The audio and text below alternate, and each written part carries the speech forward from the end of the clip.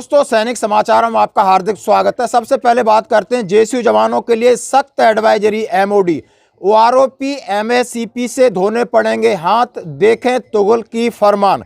जंतर मंतर पर डराने वाला धरना, सरकार से नाराज हैं जवान और नौजवान, राहुल गांधी ने नंबर किया जारी।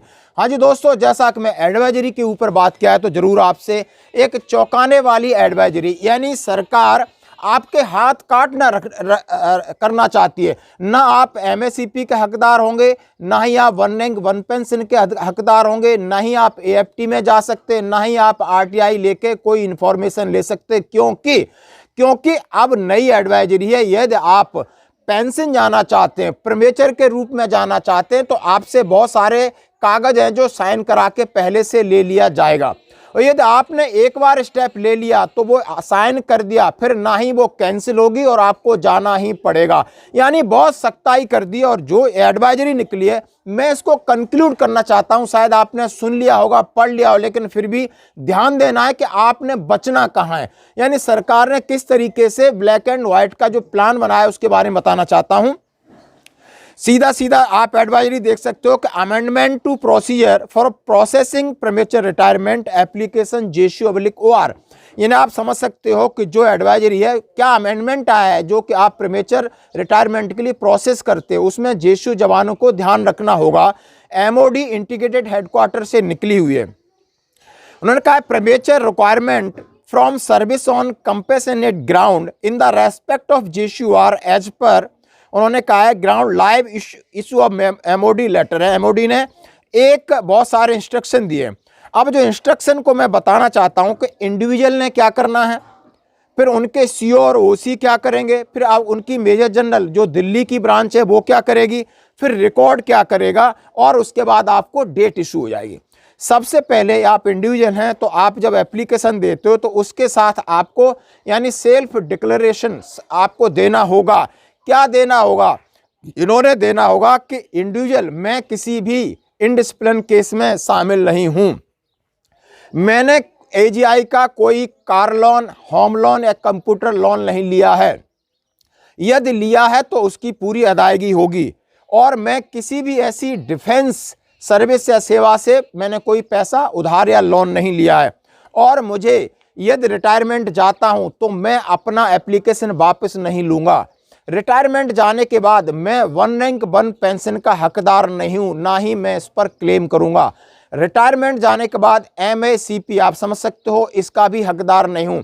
यानी ये जब इंडिविजुअल करेगा और इसके ऊपर रिकमेंडेशन के लिए करेंगे सीओ और ओसी, और वो रिकॉर्ड में भेजेंगे कि यदि इनका pension document with in 1 month में हम तैयार करके रिकॉर्ड में भेजेंगे, और सारी नीचे साइन है, काउंटर साइन उनके अधिकारी के होंगे, जो कि ओसी हो सकता है या सीओ हो सकता है।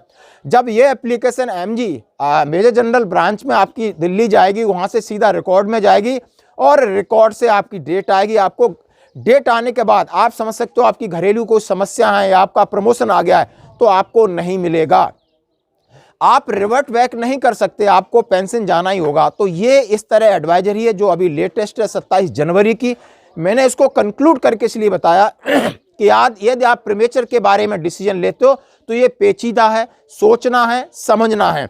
आप कौन सी लेंथ ऑफ सर्विस है, फ्यूचर में आपके पास क्या प्रमोशन पॉलिसी में आपका प्रमोशन कब है, आपके घर की लायबिलिटी यानी घर की जिम्मेदारियां कितनी है, आपके बच्चे कौन सी क्लासेस में पढ़ रहे हैं, ये सारी चीजें देखना। आपके पास बाहर का लोन तो नहीं है। यदि आपको बुरा न लगे तो मेरे नंबर पर एक बार जरूर डिस्कशन कर लेना कि रिटायरमेंट के बाद 4 साल का मेरा जीवन और अनुभव आपके साथ जरूर शेयर करूंगा, और वो शेयर करूंगा जो आपके हित में होगा 100% दोस्तों।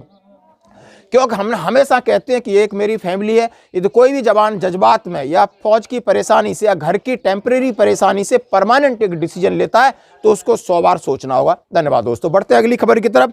जैसा कि दोस्तों हमने कहा है कि जंतर मंतर पर बड़ी राजनीति हो रही है, और वहां पर आप देख सकते हो चाहे जवान है, नौजवान है, पहलवान है, किसान है, सब कहीं ना कहीं सरकार को प्रेशर डालने की कोशिश कर रहा है। सब कहीं ना कहीं अपने आप को छला महसूस कर रहे हैं, और इसके लिए आप जंतर मंतर पर एक इतना भयावह दृश्य है जो कि शायद मैंने भारत माता की जो वंदे मातरम के साथ थाली कटोरे और नंगे बदन होकर के जिस तरह जमीन को पीट रहे हैं, और वहां पर कांग्रेस के बड़े दिग्गज नेता उसका फायदा उठाना चाहते हैं, या जो कांग्रेस की रणनीति है जिसमें भी राहुल गांधी ने कुछ एक नंबर बोला, क्या है कि अन्याय के विरुद्ध और न्याय के साथ युद्ध लड़ेंगे। जय जवान .in में एक आप मैसेज कर सकते हो, या 9999812024 इसके साथ कॉल मिस्ड कॉल करके इनके साथ जुड़ सकते हो। जैसा कि और ये उन्होंने अग्निपथ यानी अग्निपथ योजना, जिसमें जो अग्निवीर भर्ती हुए थे उससे पहले कुछ नौजवानों की भर्ती नहीं थी, वो उन्होंने एक मुद्दा लिया है। और सेना को कमजोर और सेना के ऊपर तानाशाही जो गवर्नमेंट कर रही, इसको मुद्दा लेकर यानी भारत जोड़ो यात्रा एक अवेयरनेस कैंपिंग उठाई है, जो राज्यसभा या लोकसभा के अंदर इसके मुद्दे उछल रहे हैं। बड़े बड़े लीडर इसमें इन्वॉल्व हो गए हैं, और जिसमें देखा होगा आपने ईवीएम को लेकर हो, या किसानों को लेकर हो, पहलवानों को लेकर हो, जवानों को लेकर हो, नौजवानों को लेकर हो, सरकार के चारों तरफ से शिकंजा कसा है। और ये चुनावी खेल भी हो सकता है, जैसा कि आने वाले 2-3 महीनों में जनरल इलेक्शन है। दोस्तों, ये थी आज की खबरें, बनी रही हमारे साथ।